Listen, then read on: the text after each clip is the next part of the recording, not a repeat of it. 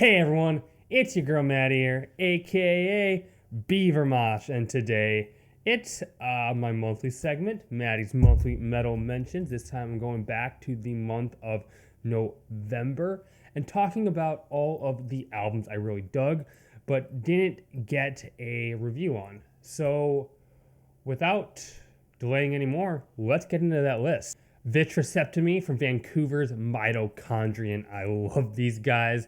It's been a while since they put out new music, and I'm so glad to have it now. Just some oppressive, challenging, apocalyptic disso death. Rosa in Æternum from Stockholm's Tribulation might be my favorite release from them to date. Just a perfect blend of their goth metal influences, mixed in with touches of their earlier black and death metal influences. Just a touch, but enough to be in the mix. It's really working for me. Necrotic flesh bacteria from Cryptic brood.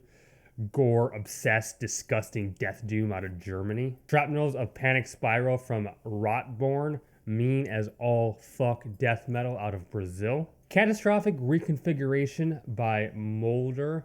No nonsense old school thrashy death metal out of Illinois. Check out the interview I did with this band. Blazing Inferno from Yoth, Iria. Athens based melodic black metal, really epic, large sounding stuff here. Berge from Switzerland's Paysage Djevel. Big fan of this project, and this one is 1 hour and 42 minutes of ambient black metal, and it's worth every second of it. Really take time to just find time to sit with this one and experience it, because that's what it is, an experience. As for the Secret Fire from Brussels, Moss Upon the Skull. For those who like a more experimental death metal with still a ton of savagery, this is one to check out. Permanent Dawn from Earthburner. Just some death-infused, skull-smashing grindcore for you. Ipsa Loquitur from Possessive. Some doomy atmo black with even some deathy influences. A pretty cool project out of Boise. Hemasanctum from LA's Mosaic Window. I really liked last year's record from this project for their more very melodic black metal that takes other influences, even some post-rock. And this one seems to lean a bit more into maybe even some melodic death metal territory. 12 from Budapest's Thy Catafalque. Really hard to describe this guy's music other than hyper-experimental metal. He does what he wants. It's always intriguing, and this album rules. Duality of Decapitation and Wisdom from Pennsylvania's Veilburner. Suffocating black and death metal with a really interesting concept. 7 songs at exactly 7 minutes, so a 49-minute album, and it works. Not Till Ende from Oslo's Djevel. Very traditional Norwegian black metal, very cold, very bleak, and done very well.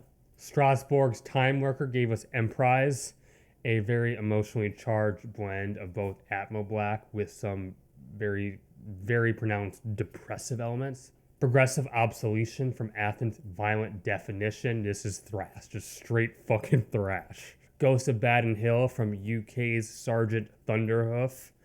If you like that good old stoner metal, this one really did it for me with some really cool songwriting. Chronicles of Lunacy from Defeated Sanity. They did it again. This is just mind-bending, monstrous, what the fuck type of technical brutal death metal. It ruled. Dreaming the Strife of Love from Rome's Bedsore.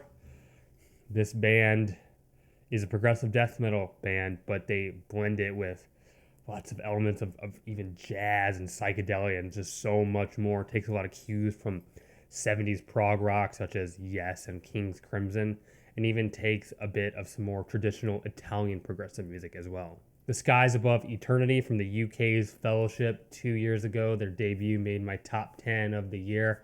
And this one is also excellent.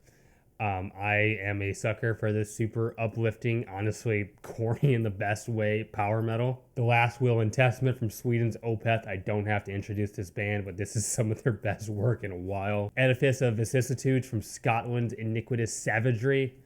A brutal death metal album that isn't trying to be anything other than that, and it's done really well. High Impact Violence from Melbourne's Gutless, that real guttural, makes you feel like you're being smashed into something type of death metal. Death Soliloquy from the UK's Anti-Inferno, just some scarred, caustic black metal. The Obulate from Vixenta, a more atmospheric black metal project out of Brisbane, but one that incorporated some really cool melodic, maybe post-black moments as well. Estonia's Thunraz gave us Incineration, an interesting blend here of both industrial and death metal for a really unique sound. Astral Iron from Germany's High Warden, some really nice traditional doom metal for fans of that type of thing. Heavy Metal Survivors from Italy's Sign of the Jackal, just some really good heavy metal at its core, a very good trad metal release. Plagas in Rostra from LA's Morgue Breath, my unrepentant grindcore recommendation of the month. Master of the Game from Detroit's Demon Bitch, a hella great love letter to epic heavy metal. This thing rules. The self-titled from Gate of Slumber, morose, occultic doom metal out of Indianapolis.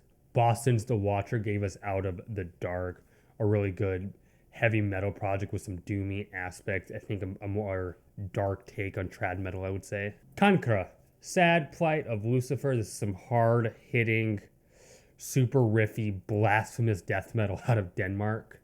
Monument from Poland's Zort, tortured, darkly melodic, and sorrowful black metal. The Sons of Perdition, Chapter 4 to Shadow Zion from Ontario's Panzerfaust, some cataclysmic black and death metal. Some of the rest of this are apocalyptic, I swear. De Gort from Zurich's Ungfell. This is a favorite band of mine in the black metal genre. And they kind of surprise released this, came out of nowhere, wasn't much notice, and it's very good. For those who like the more folksy kind of pagan type of black metal, definitely check this out, and then check out their back catalog as well. And hey, that's my list. Hopefully I mentioned something that you may have missed, or just pushing you to go check out. I hope you were able to discover something. If you like what I do, hit that like button. It'd mean the world to me. If you'd consider subscribing, leave a comment. I love getting to engage with those. Thank you to my patrons. Yes, I have a Patreon, no pressure to give financially, but it helps keep the show more sustainable. You right there, keep it metal. My name is Maddie, aka Beaver Mosh. Bye.